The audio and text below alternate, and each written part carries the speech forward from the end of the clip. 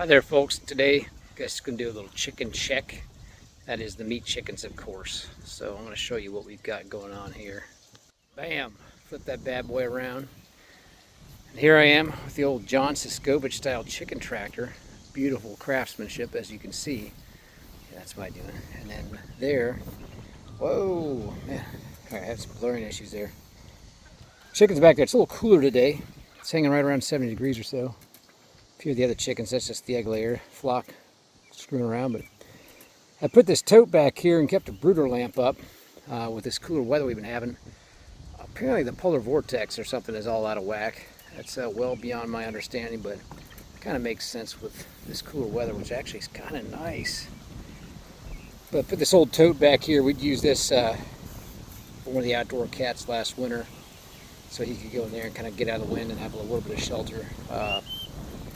If you see this brown one here, honestly, that's our turkey. We had two turkeys, and I guess the kind of baby turkeys, as I understand, are called turkey poults.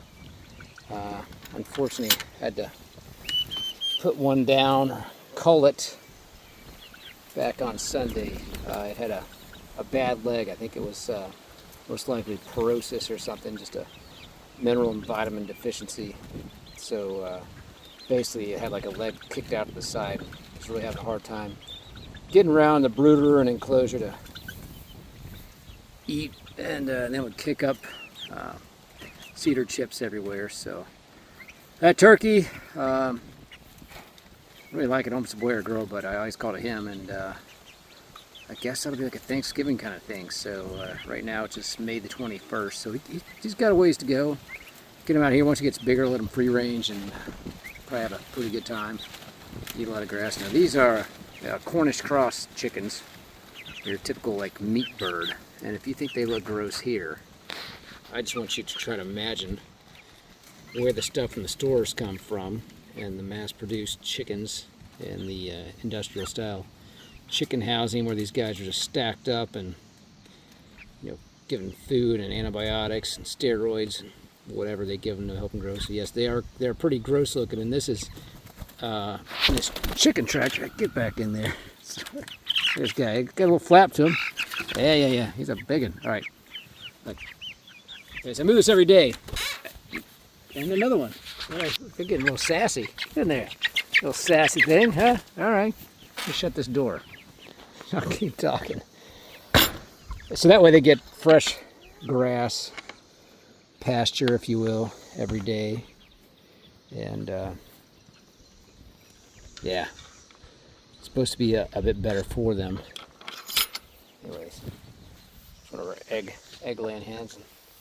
This guy's over here rolling around, checking out. That's Johnny Cox flapping his wings, but he's the HM. Well, he's the head rooster in charge. I won't say the other thing I was thinking, because that's probably not appropriate for this channel. Anyhow, got some of the ones that we hatched over here. They're kind of hanging out by this old busted Amish style shed turned chicken coop, but again, used what we had to patch it up in some areas, and it's been working out fine so far. And I don't think the chickens seem to mind as long as we keep it cleaned up periodically. Beautiful white tarp over this. Anyways, the reason we move this chicken tractor every day is even with only 15 meat birds and one turkey in here, these meat birds, I guess they're bred to really grow extraordinarily quick. So they have about an 8-week life cycle. So by the time they're hatched till the time they go and are harvested, about 8 weeks. So they go, from tiny little beautiful, cute, kind of yellowish white, look like peeps almost, and then they get this size. So I don't know if you remember the pictures previously. If I can figure out how to put them in this video, I certainly will. But anyways, they eat so much. They just eat and grow, and they poop. And over here, this is an Isa Brown. She's checking things out, but look at this. This is gross, I know. All that brown stuff in the grass. Just a lot of poop. A lot of chicken poop. Here's where the brooder was, and their little Tupperware container they like to hang out by. Lots of poop. Now, in a couple months, next year this grass will be beautifully green. You can follow the path of the chicken tractor, see? A little poop. A little less poop over here. Anyways, it keeps going this way. There's a little poop. Last year, when we first got into chickens, underneath my chestnut tree, I don't know if you can see our grass, but it gets really green right in here. And we set up our initial like little chicken coop area, chicken enclosure, and of course they pooped a lot of nitrogen in there, and anyways, it made the grass beautifully green. Don't know if it really did much for the chestnut tree or not, but the chestnut tree, it's just looking gorgeous. Look at that. Probably see if we can net hopefully 30 to 50 pounds of chestnuts out of it this year. And it makes me want to plant even more and more chestnuts. So I've got a lot going over there in my air pruning beds, but I'm kind of getting way off topic here. I can save that for another video.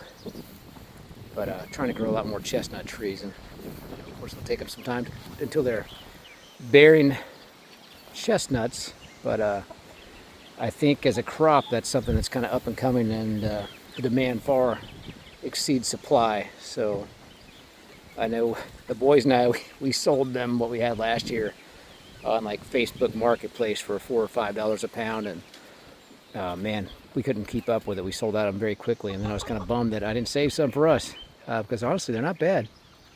Not bad. Nutritionally, very much like corn or wheat, higher carbohydrate nut.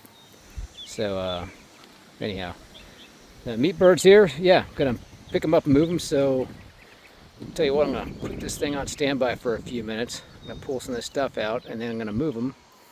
I bought these sweet lawnmower wheels that kind of came with the directions for this chicken tractor. And that way I can roll it, and just have to go slow because some of these knuckleheads, they don't like to get out of the way very quickly. So a little nudge, and I don't want to run them over and kill them. So we'll be back in just a minute after the move them. We'll check out that poop content.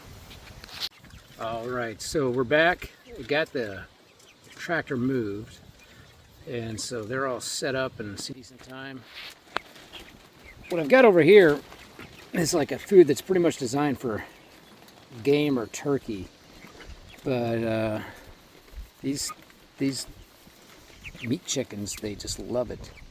And I guess they love their own food too, and I don't know how much the difference is. If you see the gray stuff down there, that's just grit, so they can kind of help grind the food up in their tummy, so I throw it in there.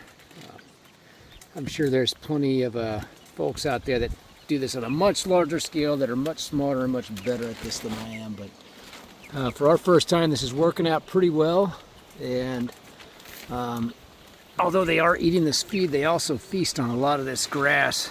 Got like plantain down here, lots of clover.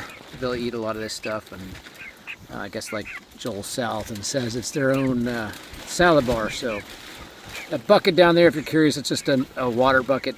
I've got there's some like little nipples on the bottom, and keeps around the truck out too much water, but they seem like that old school water there too, so I keep that in there for them, and they do pretty good on it.